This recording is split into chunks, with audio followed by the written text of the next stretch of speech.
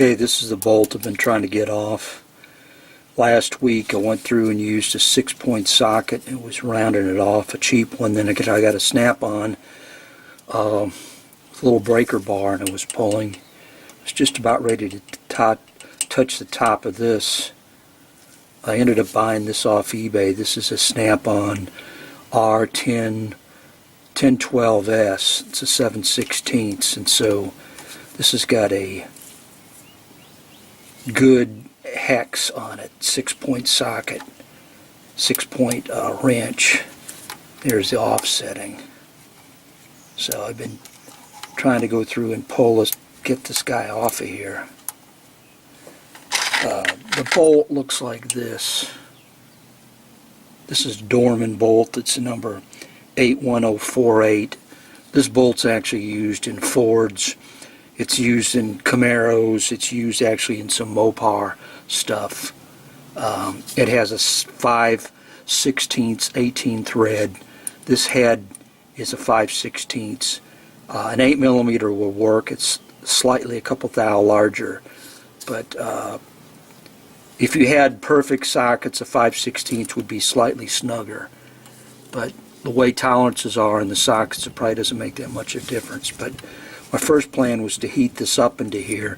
What I did last week is I bombed this with Kroil, PB Nut Blaster, and WD-40 and ran this till it was hot.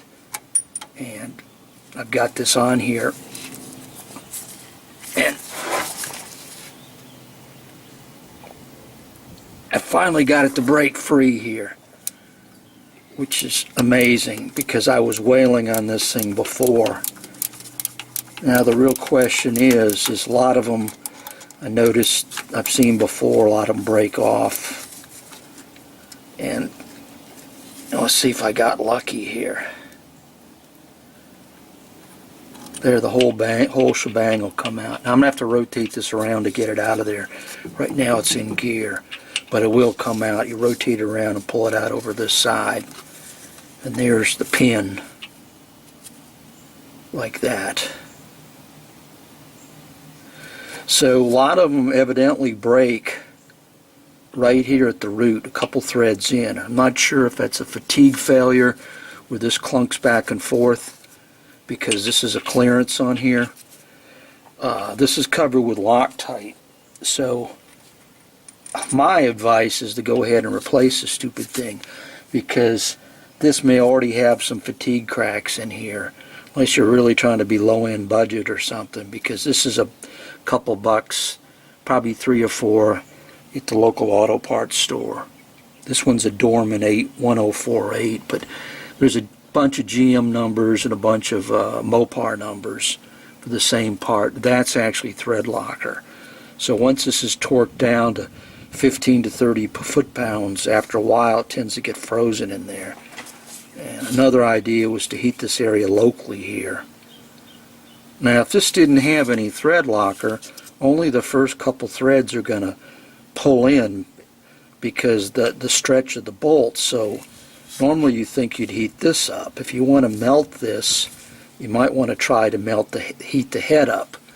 And since this is a grade A bolt, you can probably heat it to say 300 to 400, but you got to make sure you don't catch any of this junk on fire. So let me stop the camera and I'm going to pull the bolt out of there.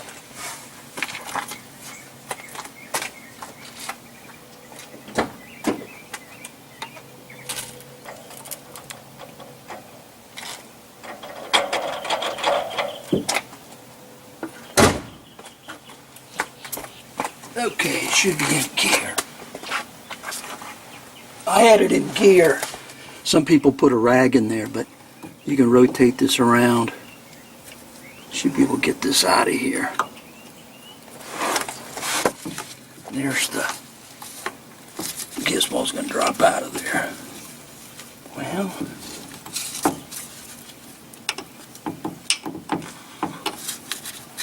where's the place it'll come out at?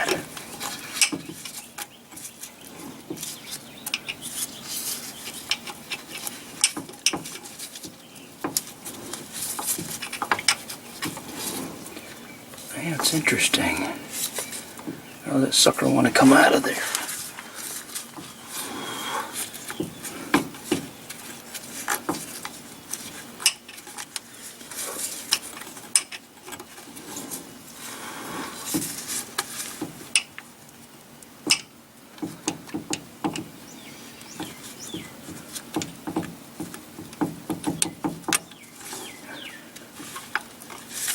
I got this messed up. I see moon goes that way. I don't see how in the hell I could get out of there.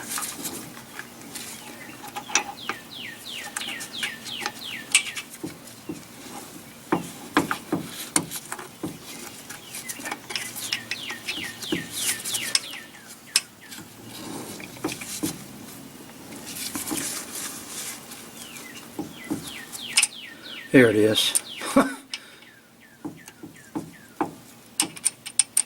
So I'll go in there. How about over here? It's weird, it won't, on the bottom it won't go.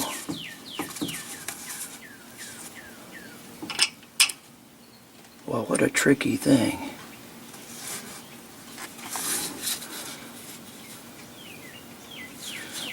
See that back and forth?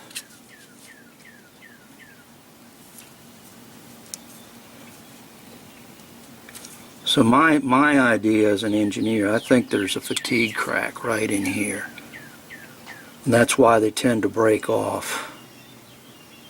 Because normally if this was, you over tightened it, it should break way up here. I've noticed a lot of people on YouTube that when they break, they tend to break off here.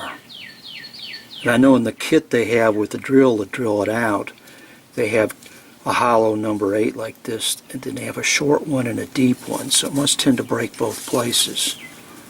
But here's the pin that'll come out like that. I'm going to go ahead and leave it in because I've got my axles on order.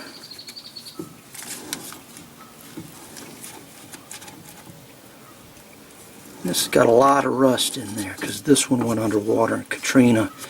I just got through flushing it out.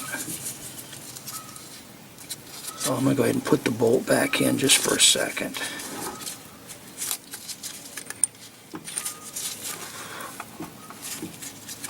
Pull the bolt over. You see this? Some people go through with a tool and cut into this. This is very close to the surface. Some people go into the motor tool and cut this off and try to twizzle this around. There's another YouTube video where a guy comes in, this is broken off, hooks up a welding rod and pulls it out. But the aftermarket kit goes in. If it's broken in here, they use one of these. It's a pilot to go through. It has a long skinny ass drill, goes in here, and they have an easy out to pull that out of there. This is a 7.5 inch Ford. And I'm going to put this back in just so that I don't, but this is going to go in there a couple threads. It's not being driven right now. But that's about it. This is some of the soup. This differential went underwater in Katrina. We filled it up, drained it off, and it worked well, and then the seals just finally went out. So looks like it's got some crap in it, so I filled it with oil and we ran it for a half hour. That might be in a different video. And I wish we had YouTube. I think in the future they're going to have a deal so you can smell how good this aroma is. But my 2 cents on here, you should probably replace this dumb bolt because I think this has got a bunch of its life killed off. So the next person's probably going to break off. And I'm not necessarily endorsing Dorman. There's one right there.